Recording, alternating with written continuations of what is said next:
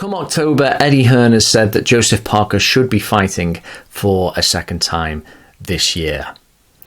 It seems unlikely, it seems improbable that you could fight twice in a year where there's been a global pandemic.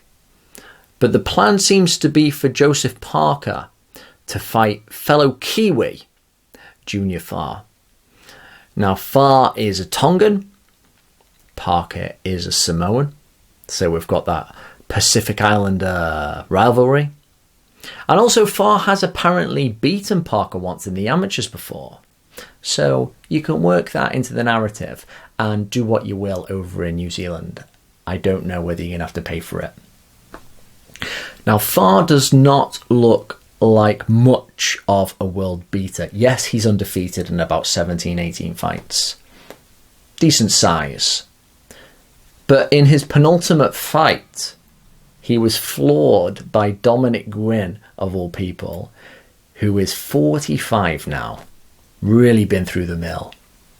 Turned pro back in 2000. Parker will definitely be the big favourite in that encounter. It's amazing to think that Parker's already fought twice, if he does go on to fight Farr this year. I would not blame you if you forgot that back in February, he fought Sean Del Winters. I think Parker stopped him. I can't remember. It can't have been that spectacular. But fighting twice a year is pretty much on par for a lot of world champs. So not bad going if he does get this second fight in October. It makes me think, though, more back to more recent history, pre-virus, where Joseph Parker had about 3 warm-up fights without doing anything. They didn't seem to be furthering his career. He just seemed to be stagnating. You had him fight Alex Leopai. You had somebody in the middle of that. And then you had Sean Del Winters. And it was like, what's going on with Parker's career? Everyone was asking. And it's amazing to think that next year he will still be in his 20s. 2021, he's going to turn 29. We all know he's not going to get rid of a certain someone, which would help a lot. It's not happening, right? So we have to go forward and we have to just hope that he can bring enough of that dog mentality and a tight enough game plan that he can possibly really get a second wind in his career for the former WBO heavyweight champion of the world. I would love to see that rematch against Dillian Whyte. Dillian Whyte has been the outstanding number 1 contender for the WBC for over 1,000 days now.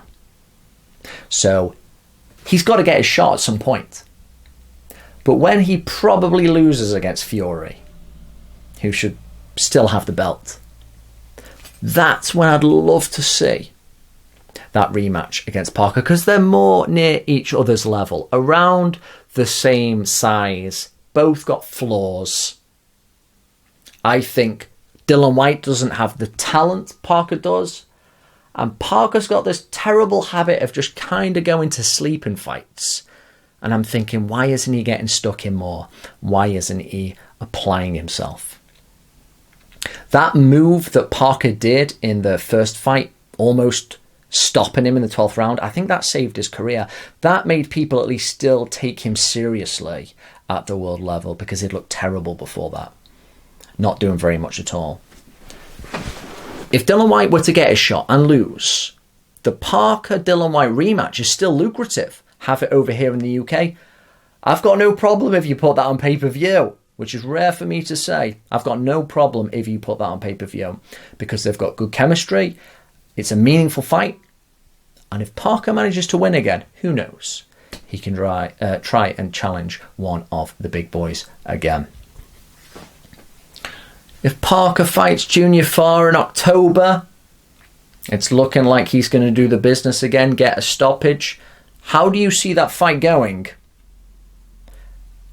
And what do you think of his career prospects going forward into the next year?